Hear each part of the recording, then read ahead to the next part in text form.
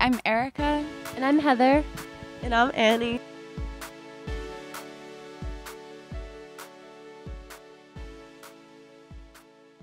We had been thinking of a name for a while because we had a show coming up, so we were a little bit desperate to find a name, and so we were all coming to band practice every day with new names. And I just watched Pee-wee's Big Adventure, and I had made a list of just things that I thought were interesting from that movie that could be a band name.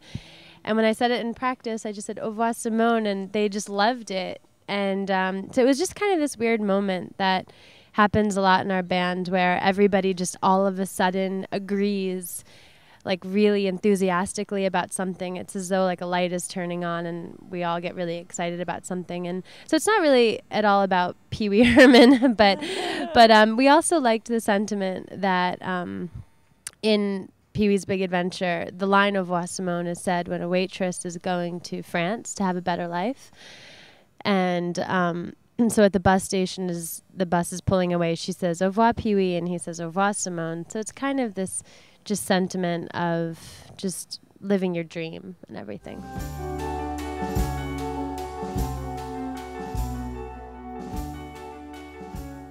You know, there was actually a mistake written in our first press release that Annie and I met on a train, because we did actually decide to have the idea for the band on a train, but we weren't strangers. But I really love the idea that we were strangers and we just saw each other from afar. And because I don't know, you always see people in public that you feel a connection to for no reason, but to imagine that we just met as strangers or long lost sisters. And we went back to the magical land of Brooklyn and found an empty castle with lots of strange and wonderful instruments from days gone before, and things that we had to sort of fix up and dust off and get working again. And then we had the idea to throw a huge party, and we had to think of some entertainment. So we got all of these old instruments working again, and had a huge party at our castle in Brooklyn. And then the band was formed. Anything to add? I didn't add the unicorns part. I don't think Hans Christian Andersen could have written a better story. Maybe the unicorns. And there were unicorns. Yes. Actually, the only people invited or there weren't any people invited. It was just unicorns. In Brooklyn.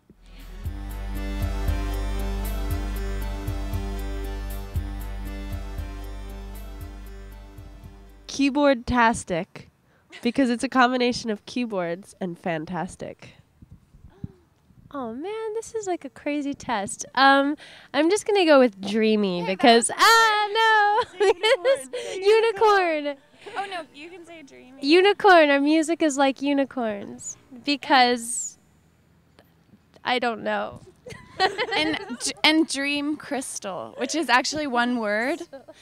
It's like a compound word, and it means when we hear a song or think of a melody and we filter it through our dream crystal to make our songs come out projected the other side in all directions.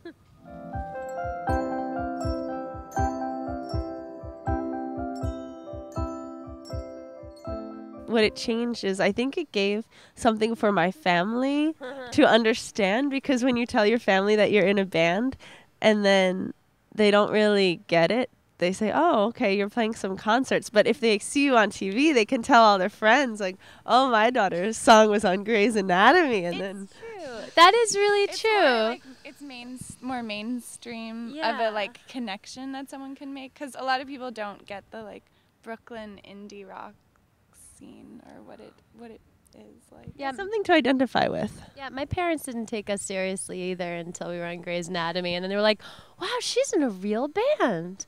This is serious. And I'm like, yeah, stop giving me grief about band practice, not having a real job.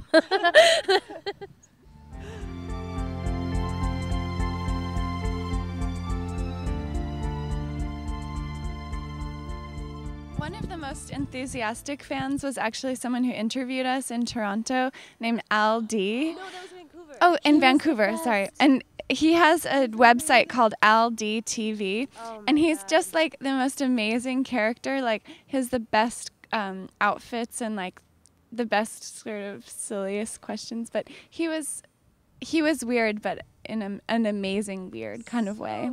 But the actual weirdest fan, I don't know. Sometimes we have like older men like wearing tracksuits come and stand in the front row and sing along to all the songs. That's true. That's true. And we did We have love this, them. And We love love them. all our fans. We did have this one fan in Belgium that just he was just I don't know if he just kept asking for interview after interview, but he was hanging out at the merch table for like hours. And I was like, what does he want? He has a I don't t-shirt. remember that. You guys don't remember that? I remember that. No, I don't know what you're talking about. Ah, I noticed. We him. we love the diversity and embrace all of our fans, and we just really it's such an amazing thing to travel and meet people from all different places. So Yeah. Yeah, and there's such an amazing variety too, because we have everything from teenage girls who sort of scream and shake and cry when they see us to those older men in tracksuits who are very, they might be German and they're really into electronic music and they're very Yeah. pleased with how we're bringing the direction of electronic music, and they know all their musical history. So you have all these different things, and we have some grandma fans. I don't know about any grandfather fans, No. just grandmothers. But Yeah. And I think one of the best things about fans that except for your dad. Except I think some of the best things about fans is when the ones that are really into our music and really knowledgeable about music history turn us on to new music, and that's just so cool. I mean, I've learned about so many great synth artists from fans just coming out and being like, "Have you ever heard Delia Derbyshire? She was this amazing woman in the '60s." Or Hawkwind, we just have had so many people make suggestions to us about what we should listen to, and we do listen to the music that they suggest, and it's really inspirational and it's really nice.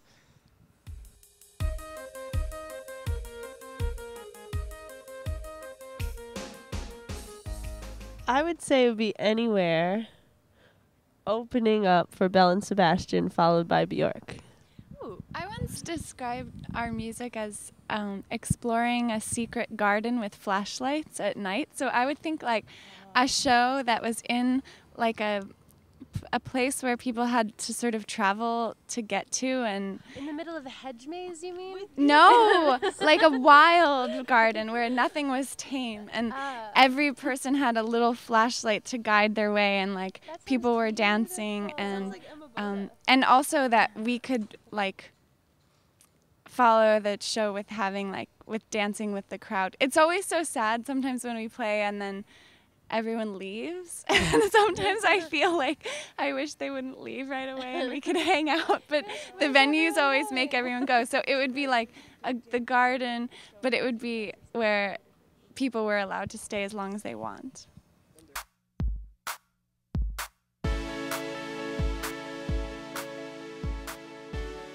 It was like in February, almost a year ago, in New York City. David was on his book tour for his book, Catching the Big Fish, and there's a program at a bookstore in New York where they have a band play, and then they also have author read from the book. So we were the band that was to go with David. And I don't know, we just really had a connection. He really liked our music, and he invited us to play at his opening in France, in Paris. And I don't know, and somehow we're eating egg salad sandwiches at his house one day, and he's just our biggest fan, and he's a really nice guy, and he's a total genius, and we just really love him.